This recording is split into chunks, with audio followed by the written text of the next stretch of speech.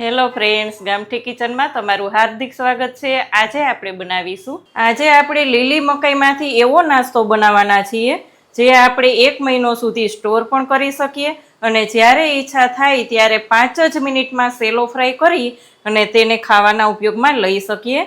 વળી પાછું તમે બાળકોના ટિફિન બોક્સમાં પણ 5 જ મિનિટમાં આપી શકો તેવો આ નાસ્તો ચાલો જોઈ લઈએ કેવી રીતે બનાવવો. મકાઈની એક નવી જ રેસીપી બનાવવા માટે અહીંયા આપણે 1 નંગ મકાઈ લઈ અને 2 ભાગ કરી લેવાના છે. એના મકાઈના 2 ભાગ કરી લઈ અને ઊભી મકાઈ રાખી અને આ જ રીતે કટ કરી લેવાની છે મકાઈને. અહીંયા ઊભી મકાઈ રાખશું એટલે ફટાફટ કટ થઈ જશે, તમે જોઈ શકો છો ફ્રેન્ડ. તો આ જ રીતે આપણે બધી જ મકાઈને કટ કરી લઈએ.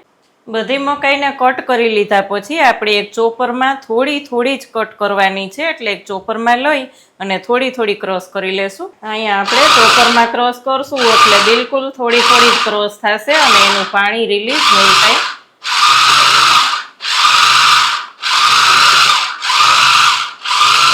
આ જ રીતે આપણે થોડી જ ક્રોસ કરવાની છે, વધારે ક્રોસ નથી કરવાની, એટલે મિક્સર જારમાં ખાસ ક્રોસ ના કરવી. હેન્ડ ચોપરથી પણ તમે કરી શકો છો. અહીંયા આપણે લીલી મકાઈને ક્રોસ કરી અને બાઉલમાં લઈ લીધી છે. તેમાં જ આપણે લઈ લેવાનું છે 1 નંગ ગાજર, એકદમ બિલકુલ બારીક ચોપ કરવાનું છે જેથી કરીને એકદમ સરસ કટલેટ જેવું વળે.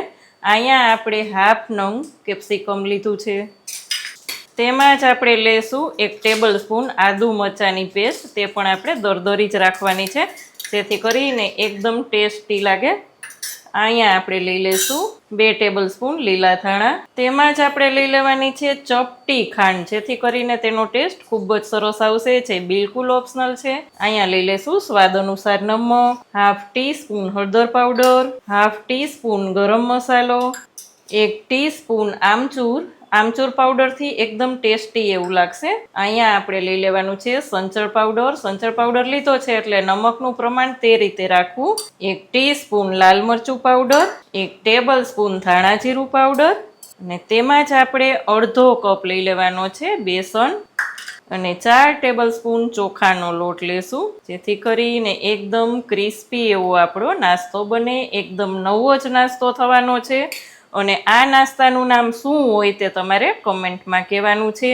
એકદમ હાથની મદદથી જ આપણે બધું મિક્સ કરી દેવાનું છે, કારણ કે મકાઈ ને ગાજર ને બધું આવતા બિલકુલ પાણીની જરૂર નહીં પડે અને હાથથી કરશું એટલે એકદમ એક સરસ મિક્સ થઈ જશે. તો આ જ રીતે એકદમ પ્રેસ કરી અને બધું મિક્સ કરવાનું છે. આમાં આપણે સોડા કે ઈનોનો ઉપયોગ બિલકુલ નહીં કરીએ તો પણ એકદમ મસ્ત એવો આપણો નાસ્તો થવાનો છે. અહીંયા આપણે બધું જ મિક્સ કરી દીધું છે, તમે જોઈ શકો છો ફ્રેન્ડ. અને આપણે અહીંયા ઇડલીનું સ્ટેન્ડ લીધું છે, તેને આપણે તેલથી ગ્રીસ કરી લેવાનું છે. અહીંયા આપણે એવો જોરદાર નાસ્તો બનાવવાના છીએ કે આપણે સ્ટોર પણ કરી શકીએ અને જો વરસાદ આવે તો આપણે ફટાફટ તેની મજા માણી શકીએ.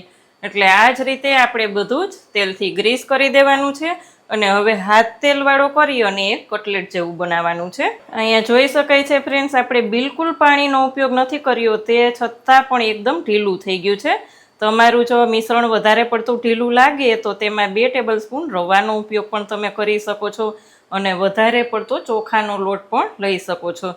તો આ જ રીતે તેલવાળું હાથ કરતું જવાનું અને વાળતું જવાનું છે. અહીંયા આપણે પાણી પહેલેથી જ ગરમ થવા રાખી દીધું હતું, તમે જોઈ શકો છો. તેમાં જ આપણે લઈ લેવાની છે પ્લેટ. 15 મિનિટ માટે હાઈ ફ્લેમ ઉપર જ આને થવા દેવાનું છે. 15 મિનિટ પછી આપણે જોશું તો અહીંયા એકદમ સરસ આપણો નાસ્તો તૈયાર થઈ ગયો છે, તમે જોઈ શકો છો. આને આપણે એક પ્લેટમાં લઈ અને ઠંડો થવા દેશું. અહીંયા આપણો નાસ્તો ઠંડો થાય એટલે આપણે એરટાઇટ કન્ટેનરમાં ભરી અને ફ્રીજમાં રાખી દેવાનું છે. જો ફ્રીજમાં રાખશું તો 1 વીક સુધી ચાલશે અને ફ્રીઝરમાં રાખશું તો 1 મહિના સુધી કાંઈ પણ નહીં થાય. આને પણ રાખવાનું એરટાઇટ કન્ટેનરમાં. આ જ રીતે આપણે રાખી દેવાનું છે. અહીંયા આપણે એક પેનમાં થોડુંક જ તેલ લઈ લીધું છે. આપણે નાસ્તાને સેલો ફ્રાય કરવાનો છે. જ્યારે પણ આપણે ઉપયોગમાં લેવાની હોય ત્યારે તેને ફટાફટ 5 જ મિનિટમાં સેલો ફ્રાય કરી શકીએ છીએ. એટલે જો આ બનાવીને રાખી દીધો હોય તો બિલકુલ વાર નથી લાગતી. છોકરાઓના નાસ્તા બોક્સમાં પણ આપણે આપી શકીએ અને વરસાદ ઓચિંતો આવે તો આને આપણે ફ્રાય કરી અને મજા પણ લઈ શકીએ. આ નાસ્તો ફટાફટ બની જતો હોય છે. અહીંયા આપણે પેલા તેલને ફૂલ ગરમ થવા દેશું અને મીડિયમ ટુ હાઈ રાખીશું, જેથી કરીને અંદર તેલ ના ચડે. અહીંયા એકદમ ક્રિસ્પી થાય ત્યાં સુધી થવા દેવાનો છે. થોડો થોડો ક્રિસ્પી થાય એટલે આપણે સાઈડ ચેન્જ કરતું રહેવાનું છે. ફ્લેમને બંધ કરી દેશું અને અહીંયા જોઈ શકાય છે એકદમ ગોલ્ડન બ્રાઉન એવો આપણો નાસ્તો તૈયાર થઈ ગયો છે. લઈ લેશું. તો ફ્રેન્ડ્સ, ગરમા ગરમ મસ્ત નાસ્તો જોઈને જ ખાવાની ઈચ્છા થઈ જાય તેવો નાસ્તો તૈયાર છે. તમને આ રેસીપી કેવી લાગી કમેન્ટ ચોક્કસ કરજો. કેવી લાગી આજની રેસીપી? જો સારી લાગે તો વિડીયોને લાઇક કરજો, શેર કરજો. ચેનલમાં નવા હોય તો સબસ્ક્રાઈબ કરીને બેલ આઇકોન પ્રેસ કરજો. આવજો ફ્રેન્ડ્સ.